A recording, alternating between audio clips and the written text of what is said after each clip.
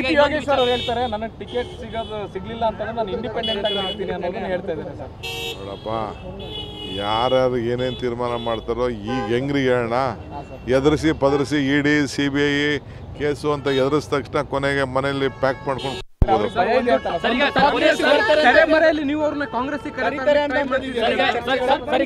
ಇನ್ನೊಂದು last question sir. Rahul Gandhi ಅವರಿಗೆ ಇಡಿ notice ಕೊಡುತ್ತೆ ಅನ್ನುವಂತಹ ವಿಚಾರ ಸ್ವತಃ ರಾಹುಲ್ ಗಾಂಧಿ ಅವರು ಟ್ವೀಟ್ ಮಾಡಿದ್ದಾರೆ. ಹಾಗಾಗ್ಬಿಟ್ಟು ಈ ಮಂತ್ ಎಂಡ್ ಒಳಗಡೆ ಅವ್ರನ್ನ ಕರಿಬಹುದು ಅನ್ನುವಂತಹ ಚರ್ಚೆ ದೊಡ್ಡ ಮಟ್ಟದಲ್ಲಿ ನಡೀತಿದೆ. ನೋಡಪ್ಪ, ರಾಹುಲ್ ಗಾಂಧಿ ಅವರು ಇವೆಲ್ಲ ನೋಡಿದ್ದಾರೆ.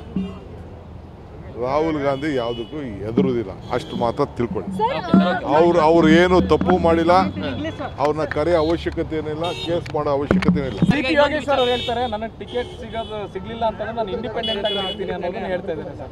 ನೋಡಪ್ಪ, ಯಾರ್ಯಾರು ಏನೇನು ತೀರ್ಮಾನ ಮಾಡ್ತಾರೋ ಈಗ ಹೆಂಗ್ರಿ ಹೇಳೋಣ, ಎದುರಿಸಿ ಪದರಿಸಿ ಇಡಿ CBI ಕೇಸು ಅಂತ ಎದುರಿಸಿದ ತಕ್ಷಣ ಕೊನೆಗೆ ಮನೆಯಲ್ಲಿ ಪ್ಯಾಕ್ ಮಾಡ್ಕೊಂಡು ಇನ್ನೊಂದು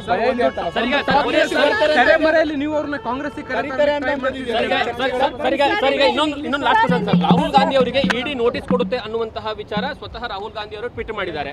ಹಾಗಾಗ್ಬಿಟ್ಟು ಈ ಮಂತ್ ಎಂಡ್ ಒಳಗಡೆ ಅವ್ರನ್ನ ಕರಿಬಹುದು ಅನ್ನುವಂತಹ ಚರ್ಚೆ ದೊಡ್ಡ ಮಟ್ಟದಲ್ಲಿ ನಡೀತಿದೆ. ನೋಡಪ್ಪ, ರಾಹುಲ್ ಗಾಂಧಿ ಅವರು ಇವೆಲ್ಲ ನೋಡಿದ್ದಾರೆ. ರಾಹುಲ್ ಗಾಂಧಿ ಯಾವುದಕ್ಕೂ ಎದುರುದಿಲ್ಲ, ಅಷ್ಟು ಮಾತ್ರ ತಿಳ್ಕೊಳ್ಳಿ. ಅವ್ರು ಏನು ತಪ್ಪು ಮಾಡಿಲ್ಲ, ಅವ್ರನ್ನ ಕರೆಯೋ ಅವಶ್ಯಕತೆ ಏನಿಲ್ಲ, ಕೇಸ್ ಮಾಡೋ ಅವಶ್ಯಕತೆ ಏನಿಲ್ಲ.